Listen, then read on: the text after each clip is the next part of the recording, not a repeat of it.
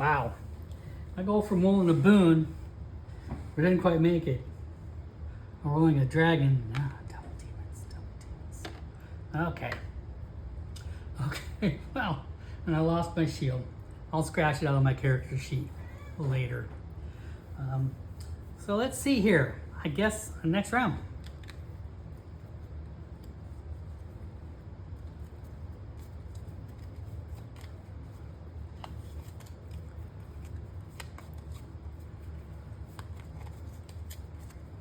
Wow. Isn't that like 1 in 400 chance? I don't know. I've been playing D&D for a while. These other kind of games where you have to roll. I think it's 1 in 400. I don't know. Probability is not my strength. All I know is I probably got nasty hit by that freaking Dragonbane. And that was on a push roll even.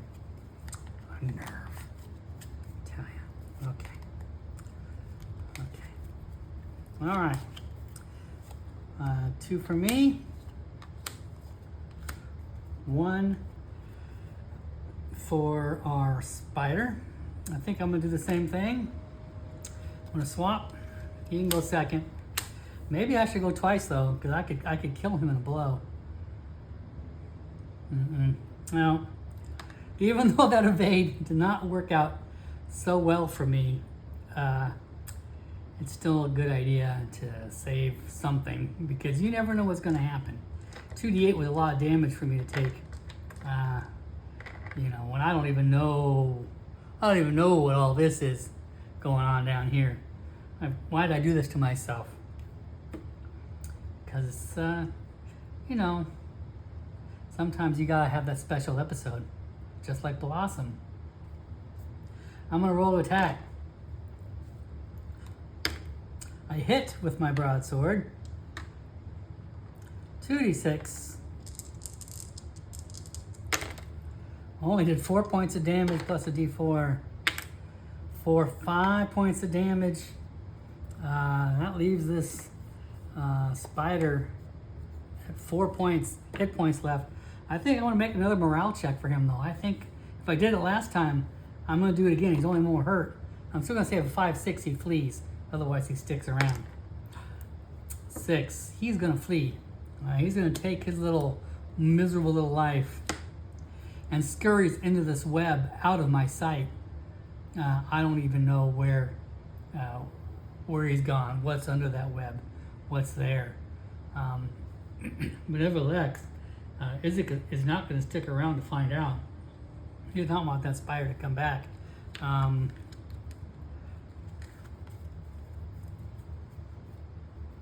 I think Isaac's going to move. He's not even going to search the room. He doesn't want anything to do with this business. He doesn't know what it is. So the other stair down is here. Once again, a heavy oak door blocks his way forward. Two torches. We'll go here. 2 torches on either side of the wall here. I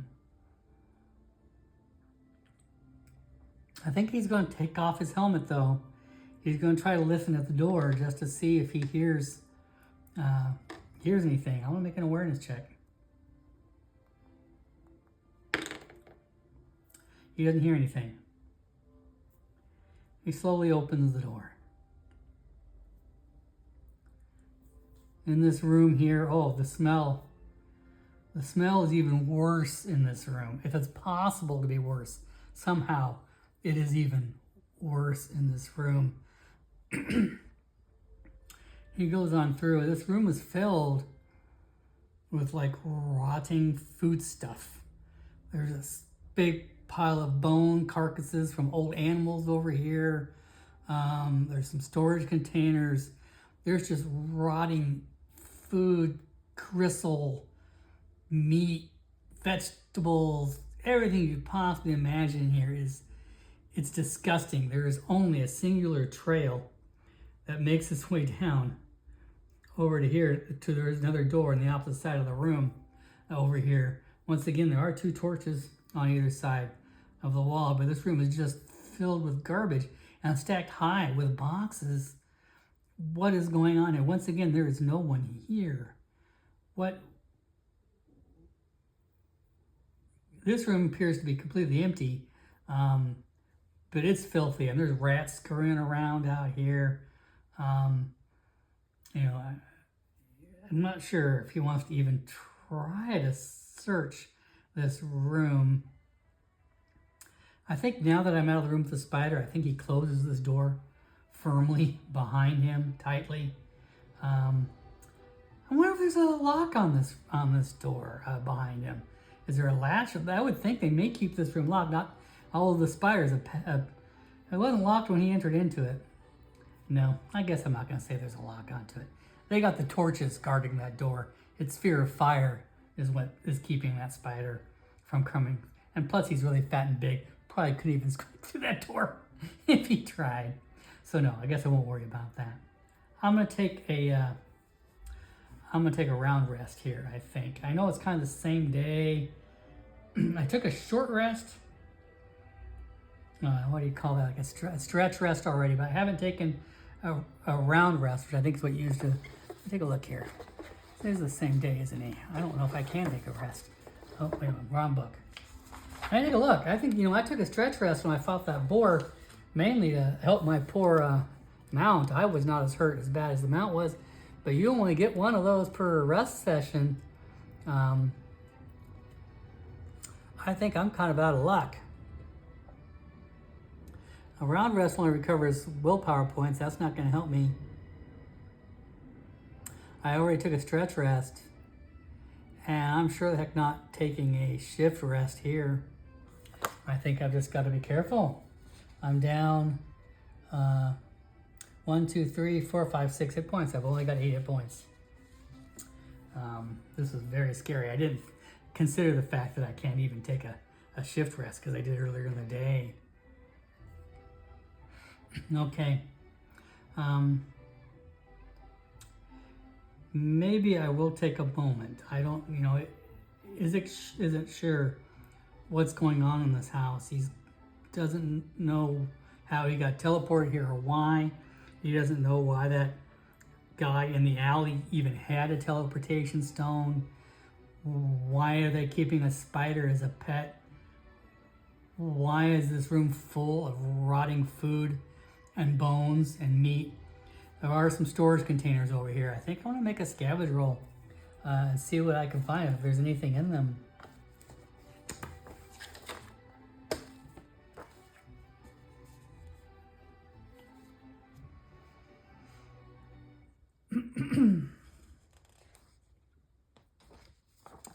I think that I'm going to do this more of a scavenging for the containers that line this far wall first, just to see if you can see anything interesting in there. Maybe I can roll another tramp and another teleportation signal and get the hell out of here. Wouldn't that be, that'd be kind of nice and easy, right? That would take care of all my problems real quick. 3, nothing of note. So these containers are all empty. They once housed food, but they don't house anything right now. There are searching rules in here for solo. When you carefully inspect all areas for hidden doors, concealed mechanisms, or other secrets, roll spot hidden. Taking time can be risky. It requires a stretch, and any active threats advance. Resolve it as such. Yeah, I don't think I need to actually search this room. I think it's it would be kind of interesting to do. I can't say I've really done it. I don't have a Bane on spot hidden. All right, let's do a searching roll. I've never really rolled on that. I think this is a good idea to kind of do that sort of thing. Let's try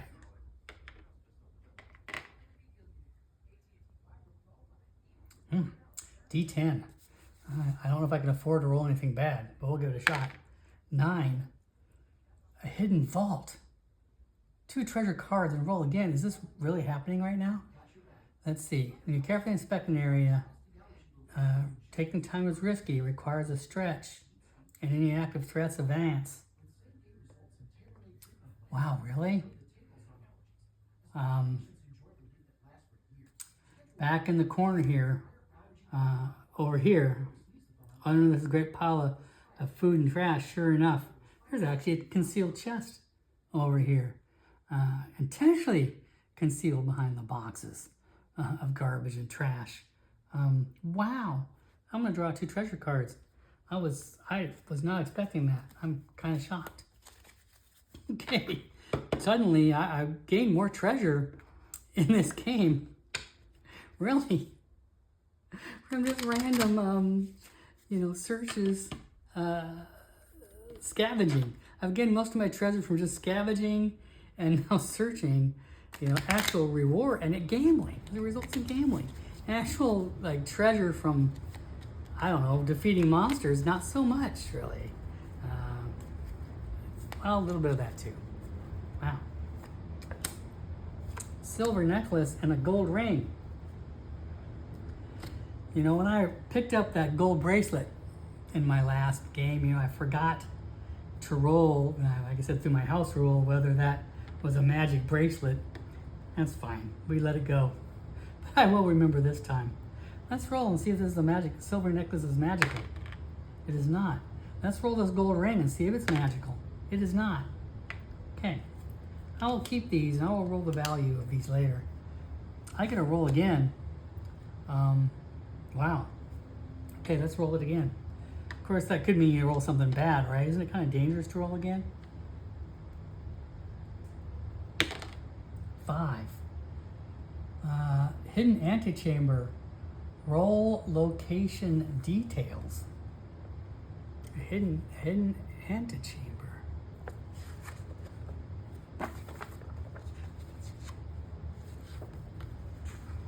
Okay, let's do it. Location tables. Wow. Okay, I'm gonna remember searching is kind of fun. Stuff happens when you search.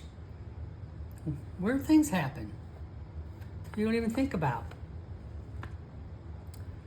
Roll for location details. Okay. It's a hidden antechamber, so I don't think I need to roll on this. But I'll roll some location details here. D4 for location stuff. Wow, okay. Roll the D4. Only one strange detail about this hidden alcove. 4. Danger. D20. 9. Flooded space. Okay. Well, there is a hidden antechamber, so behind this chest, as he's searching and rubbing through the chest and pulling out, it's filled with clothing. Let's make a luck roll. There's not really such thing as a luck roll in this game. I'm going to give myself a 50-50 chance that there's a cultist robe inside that chest, along with the jewelry. 4, 5, 6, cultist robe that might fit a hobgoblin. There's not. Okay, well, I'll give it a shot. So, there's mostly just miscellaneous items in there, except for that silver necklace and gold ring.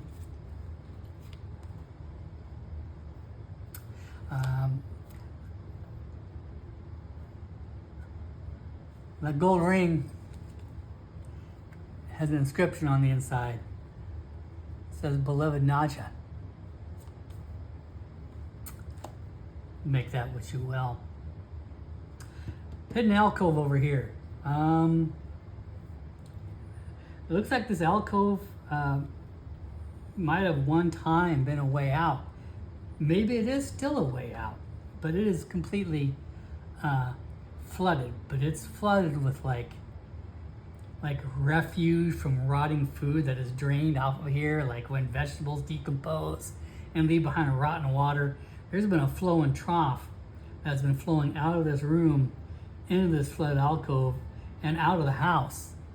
Perhaps it may lead to safety, but at what cost? It's flooded and filled with just the most foul, disgusting water you could possibly imagine. But it might make sense. All this rotten stuff in here been funneling down through this hidden alcove, leaving the building as a way to, I guess, to drain it. So it's got to go somewhere. When stuff rots and decomposes, water and rot ensues, and it's pretty clear no one is in here cleaning and mopping this room. But that could indicate that this is a way out. If this is a flooded area, perhaps he could swim out of here to escape this place. I'm not sure he wants to do that though at this moment.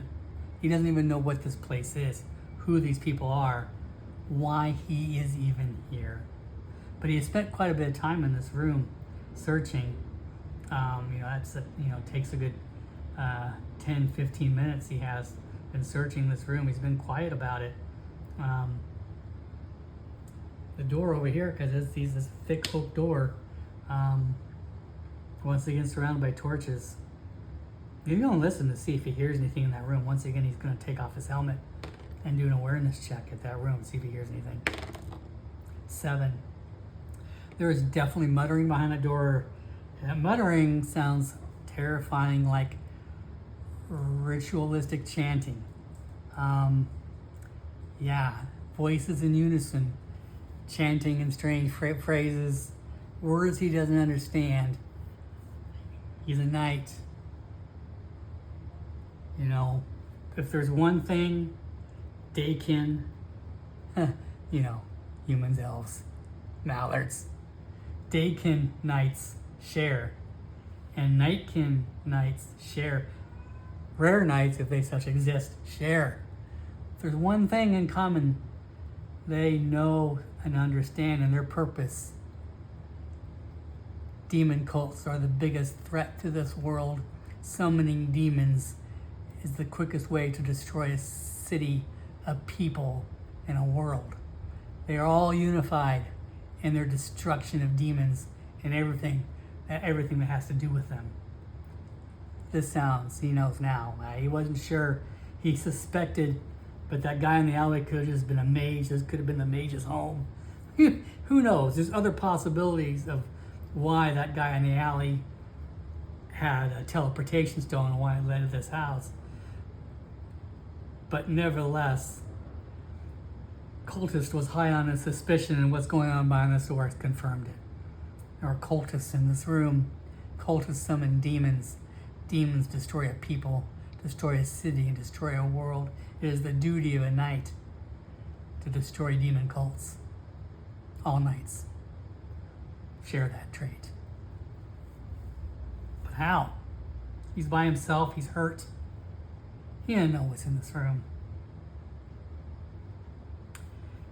He's going to open this slowly. And once again, he's going to try to do it stealthily. I'll try.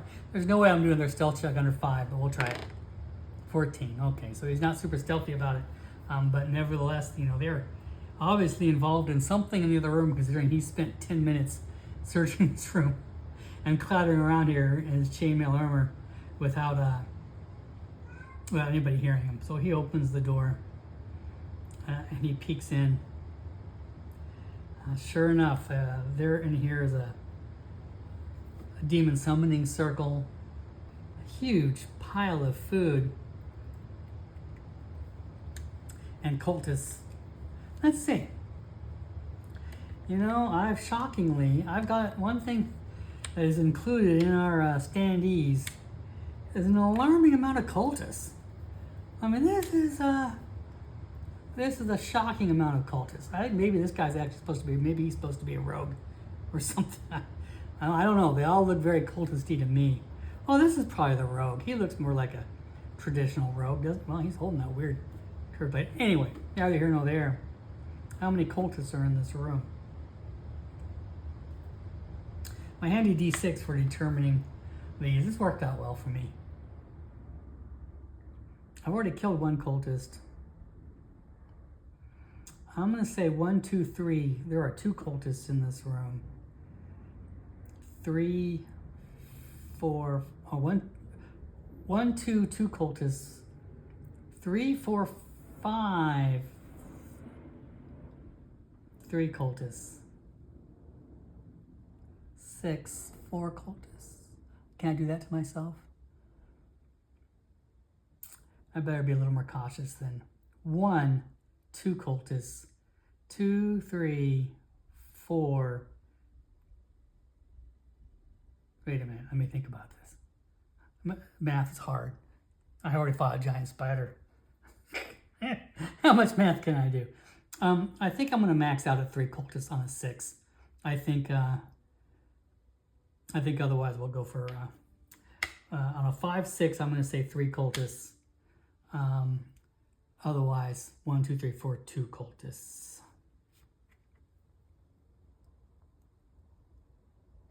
Oh heck, 6 will be 3 cultists. 3 will be 6 cultists.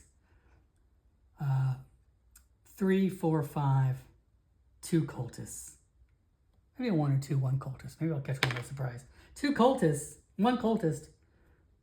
God damn it. Am I really stumbling over? I'm going to say 2 cultists. I need to make this a bit of a challenge. I think I can take out a single cultist. There's 2 cultists in this room. After all that. After all my mumbling and fumbling. Why didn't I just say 2 cultists from the start instead of being silly? 2 cultists. They are heavily involved. Doing the weirdest things. They're crumbling foodstuffs in their hands and throwing it in a circle. And they kind of disappear. Isaac now knows what they're doing. They're attempting to summon a demon of gluttony. Horrible, horrible, disgusting, vile demon. Demons of gluttony. It could be disastrous for this town. Demons of gluttony never stop eating. If they summon this demon, it will devour everything in this building. It will devour everything in this town. Who knows how far it would go until it is stopped. It's going to stop it here, and he's going to stop it now. I'm going to charge in. I'm going to give him the element of surprise. Let's see, I just read surprise rules, and I've already forgotten. How silly is that? I guess, that's kind of, what can I tell you? Let's see. Surprise! Surprise! Surprise is not a sneak attack, but it is a surprise. Let's see. So I get to choose any initiative roll on the first round of combat. It's not anything too special. Surprise is kind of nice, but it's not too freaky. All right. So he goes charging in. He goes in swinging. There is no messing around with a demon cult, especially a gluttony cult. Oh, horrible. He should have guessed from all the rotting food above. These are the 2 cultists. Of course, I'm gonna choose a 1. I'm definitely gonna go first this round, and then I'll randomly draw my second one here.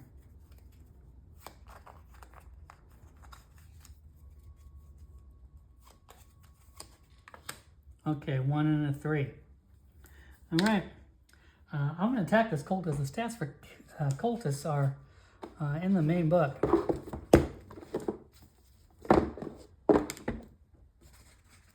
Okay. Right here at the back. I found them last time. Now that I know where they are. They're hidden over here in the journey section. Not in the bestiary. The adventure section. Whoa. There they are, minions and bosses. Well, I wish there was a cultist boss. Yeah, I think that might be a little too much for me to handle by myself at the moment, though. So we're just going to say they're 2 normal cultists. Hit points 12. They do agility plus d4 damage. Evade 4. Knives 14. So even though I get to draw the initiative card, let's see, we'll go 7 and 4. This guy could definitely still choose to dodge my attack. Let's see if I hit. 11, I did hit. I think he's definitely going to try to dodge. I think he gets stunned. He immediately doesn't even know what's going on. He sees me charge out of the room. He immediately opens and stops chanting and just gawks. And as I swing a sword, charge and swing a sword at him, he does his best to try to step out of the way. He has an evade of 14, which is really good. I wish my evade was that high. But it didn't work for him this time. He failed that evade. He's going to take 2d6 plus 4 damage from me. Wow. That's 11. 12. He has exactly 12 hit points. I cut him down. He tries to get out of my way, but I cut him down with a mighty blow, and he falls to the ground. This other cultist is in shock. He doesn't even know what happened right now. He doesn't even know how this has come to be. But guess what? He doesn't get to go yet. He's at a 4. So, I got a 3 initiative. And I still got plenty of movement. I too, I'm going to try to cut this guy down. He hasn't gone yet, so he will try to evade if I hit. But I got to try to hit first. An 11, so I did hit. He's going to try to evade. He's going to evade a 14. He does successfully evade my attack. He was a little more agile than his friend. New initiative.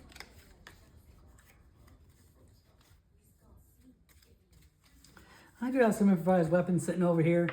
In case I get dicey and get a chance to pull an improvised weapon, I will grab one. But right now, Isaac's doing okay with a broadsword. And he's just going to go with that.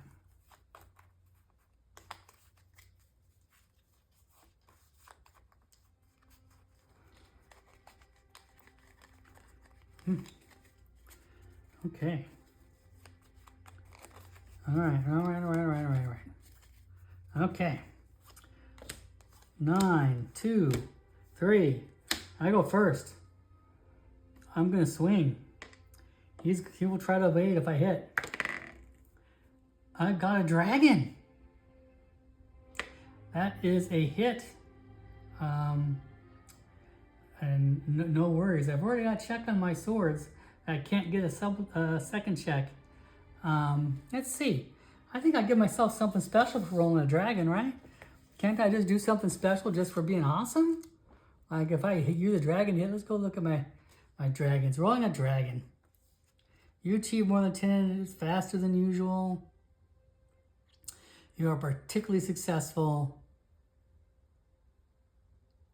Dragon roll special effects, increasing the damage of an attack, for example. So I'm going to do extra damage to him if he doesn't evade, but he's definitely going to try to evade. Let's see. So it may not mean much. He does evade, but that's his turn. I'm going to go again.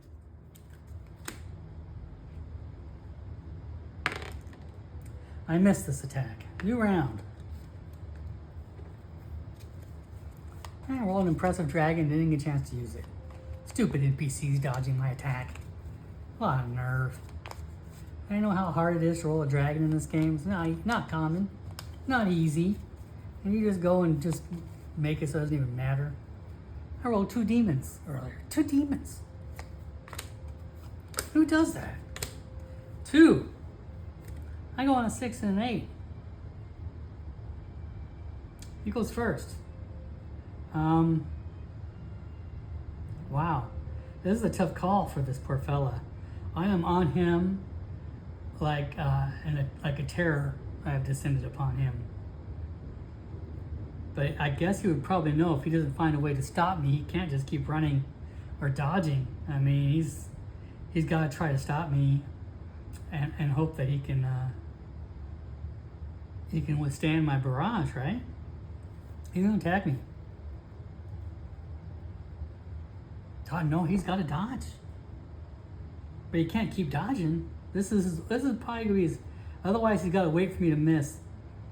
No, well, you know, NPCs don't get to do that. They got to go. They're not like me. They can't save their action. NPCs got to do what they got to do. They can't hold their turn, right? I don't know. Can I look at it? Is it I know monsters can't hold their turn. Can NPCs hold their turn? I know this is funny, but these are always these little specific little things.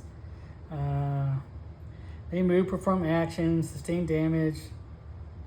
But you should disregard all rules mechanics because they're not regularly player character. Don't roll Unless they're attacking or healing, you roll for NPCs for situations. Enhances the drama. Rolls against default skill levels.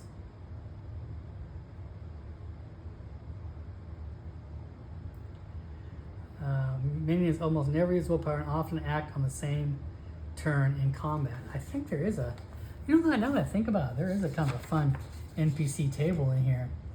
In the solo rules. Once again, one of those kind of rules I don't really use very often. Out of curiosity, let's see what that does here. But, and it says in general, they basically go. They don't usually do anything. Oh, look at that, they do make, look at this, NPC attack table.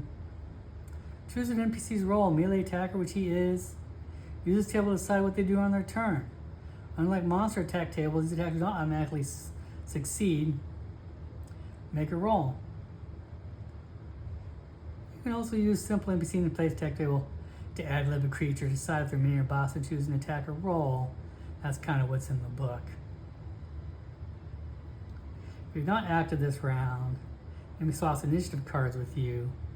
And dodges with a boon. Wild attack, intimidating rage. Okay, oh, let's do it. Let's do it. I like this table. This table's very creative. Hey, now I've answered my question just through looking at our wonderful solo rules. 5. He does a wild attack. And if he attacks with a boon. I say solo hit does additional D6 damage and you are knocked down. If you attack them before your next turn, you also attack with a boon. Wow. Okay. He's got a daggers. Oh, Lord. Daggers 12? Wild attack. Well, that's kind of nasty. That gives NPCs a whole extra bit of flavor and drama on their turns when it comes to doing stuff. Yeah, he's got knives of 14, even though he's got a dagger. Dagger plus a D4 on damage. Okay, wild attack. He gets a boon to attack me. Crazy. And does an extra 6 damage and knock down. Well, okay. So, there we go. Boon on his attack. Wild attack. He does hit with a boon at a 12. I am going to parry that attack. Suck it, monster. I mean... okay, I'm gonna try to parry. I got a 12. I have to parry with my broadsword. Fail. I'm gonna push that roll. Yes, I'm gonna push it. I guess I choose a condition, right?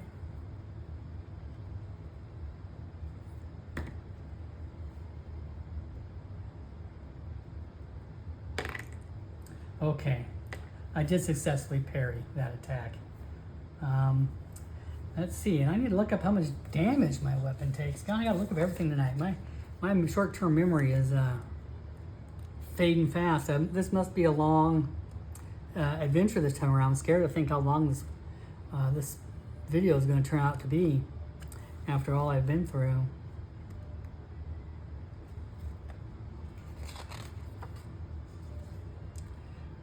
Parry. If your parry succeeds, hits my weapon. However, the damage exceeds my weapon's durability. The weapon is damaged. Okay. That's not so hard. My durability of my broadsword is actually, I think, a 15. That doesn't sound right. 15 does not sound right. Let's look at my broadsword. That's a shield's 15. There's no way my broadsword is going to have as much durability as a shield. I'm just not quite buying it. Broadsword.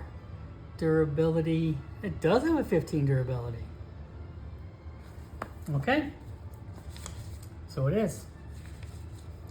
So let's see. Dagger's a D8.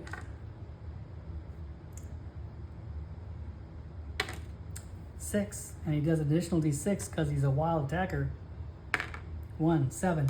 Okay, so it doesn't damage my weapon, but it cost me that go for him. So I did parry successfully.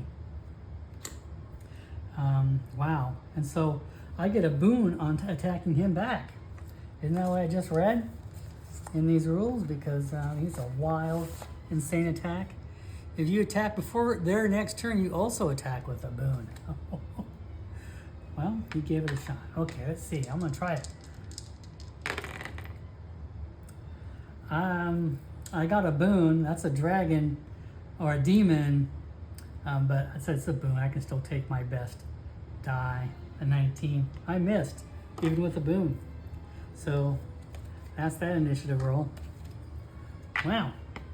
The dramatic flair. We're going back and forth. There's a crazed look in this cultist's eyes.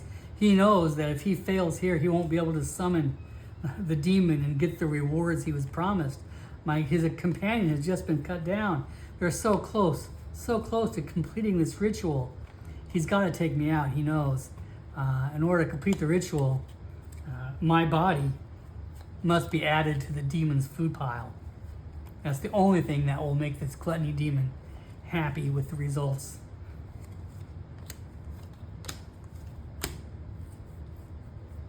Okay.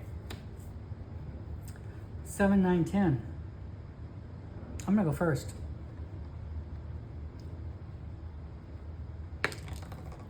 I miss.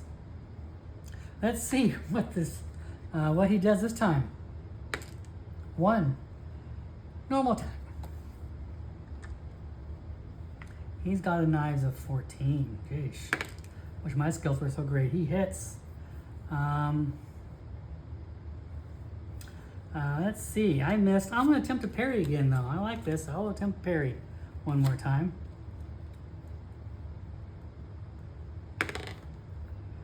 I failed to parry. I'm not going to push the roll. I'm going to take damage. But this is just a D8. 4. My armor absorbs that damage. Oh, sometimes it sucks to be an NPC wielding a dagger against a well-armored opponent. New round.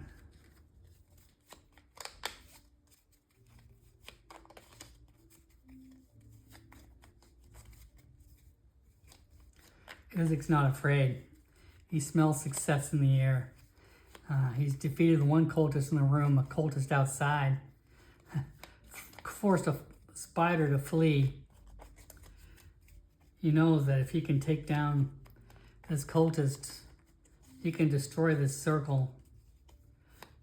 He can contact the constable and city guard and burn this whole place down.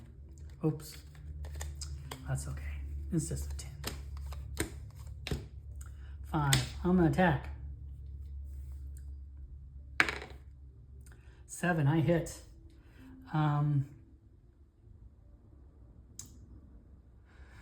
Well, he can always choose to evade, huh? Yeah, I think he's... No, he's not. He did a wild attack. He's attacking me. I don't think he's going to try to evade. There is a frenzied look in his eye. A madness has set in. He wants me dead. He's not going to evade. 5 points of damage plus a D4. 4.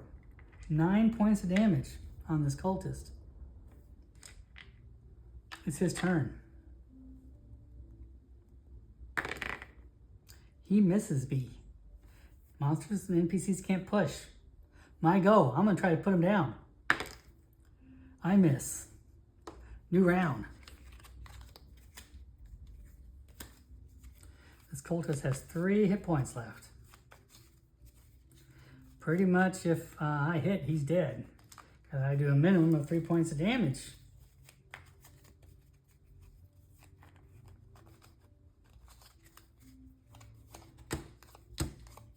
Wow. I go first. I hit. He's not going to evade. He goes down. I don't want to... What should I roll for damage for the sake of glory? 7. 4. 11 points of damage. He goes down. I bet this video has been quite long.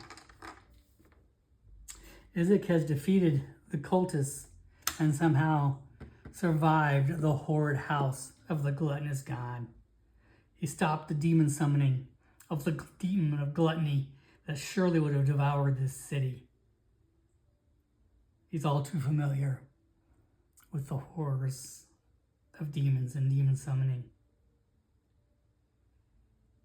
He grabs a torch off the wall, burns the food, lights everything on fire. He breaks the summoning circle. This is the power of knights. Knights and mages, they deal with demons all the time. He knows how to do it safely. He breaks and destroys the summoning circle, ending the threat to the city. It explodes with a wild kaboom.